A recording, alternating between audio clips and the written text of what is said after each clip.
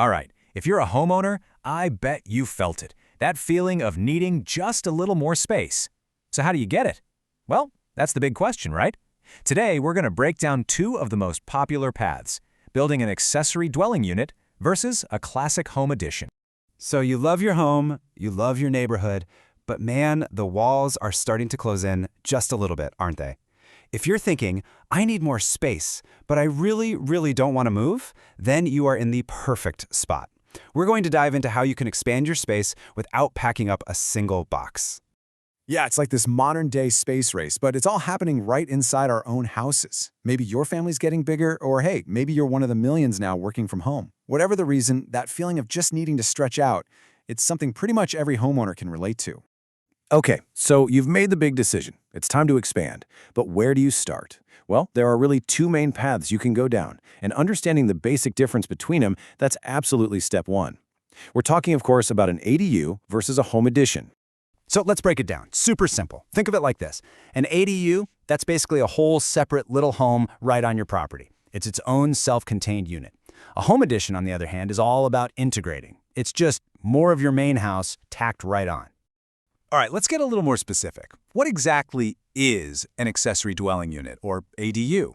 Well, it's a secondary housing unit that has everything it needs to stand on its own. We're talking its own kitchen, its own bathroom, its own entrance, the whole 9 yards. And yeah, you've probably heard them called other things like granny flats or in-law suites. Now, a home addition is a totally different beast. It's literally an expansion of your main house.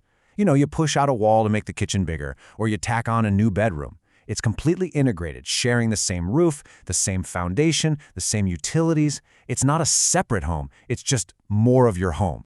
Okay, let's get to the part everyone's really waiting for: the money. What's this all going to cost? Let's break down the numbers, from what you'll pay up front all the way to the long-term return on your investment. All right, diving into the numbers. A garage conversion, which is usually your cheapest ADU option, can run you anywhere from, say, $60,000 to $120,000. A brand new detached ADU, that's going to be more, and a home addition, it's kind of in that same ballpark, usually somewhere between $80,000 and $200,000. So as you can see, the price tags definitely overlap. But, and this is a big but, the upfront cost is not the whole story, not by a long shot. Here's where things get really interesting: the return on investment, or ROI. See, because an ADU is its own separate unit, you can rent it out. And that possibility of rental income, especially in the housing market we're in today, that is an absolute game changer. It's why ADUs often have a way higher ROI and can be a seriously powerful financial tool. And let's not just talk theory. Let's put a real number on it. Take a market like Sacramento. A simple one-bedroom garage conversion ADU, that can bring in anywhere from $1,300 to $1,800 every single month.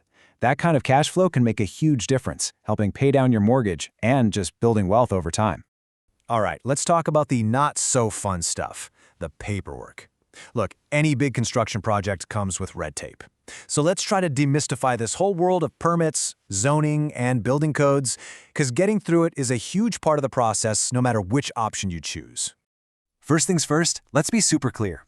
There's no skipping the permit office here. Whether you build an ADU or an addition, you are absolutely going to need permits. It's all about making sure the thing is legal, safe, and up to code. Now, the difference is in the nitty-gritty details of those requirements. So what does this whole process even look like? Well, you can kind of break it down into 6 main steps. First, you've got to create your plans, with an architect or a designer. Then, you submit that application to your local building department. They'll review everything to make sure it follows all the rules. Once they say go and issue the permit, construction can start.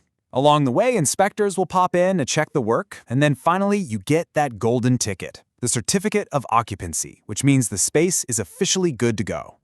So what kind of hurdles should you be ready for? Well, you're going to have to get familiar with your local zoning laws for sure.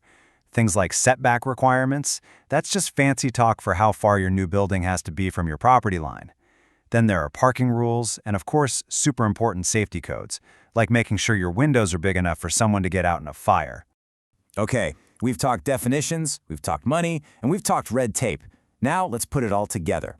It's time for the final head-to-head showdown to help you figure out which one of these is the perfect fit for you. Let's kick things off with the pros. With an ADU, the big wins are pretty obvious.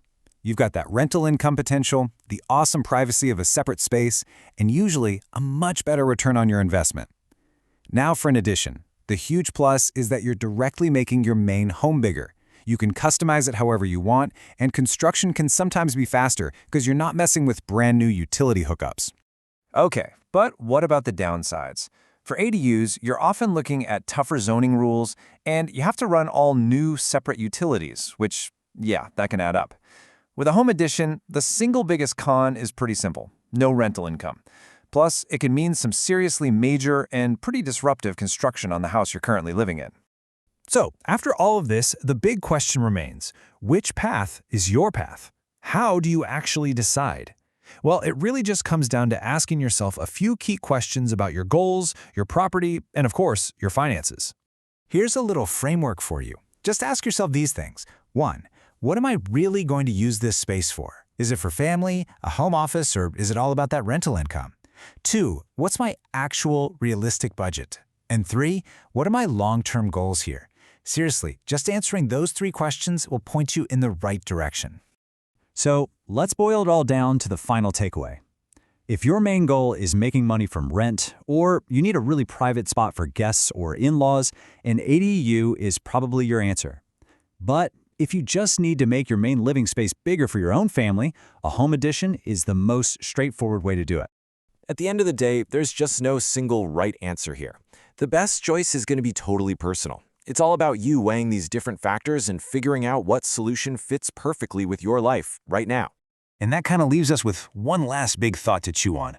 You know, as our cities get more and more packed and housing gets harder to find, these ADUs, they're a really powerful way to add more homes without taking up more land. It really makes you wonder, doesn't it? Is the future of housing hiding in plain sight right in our own backyards?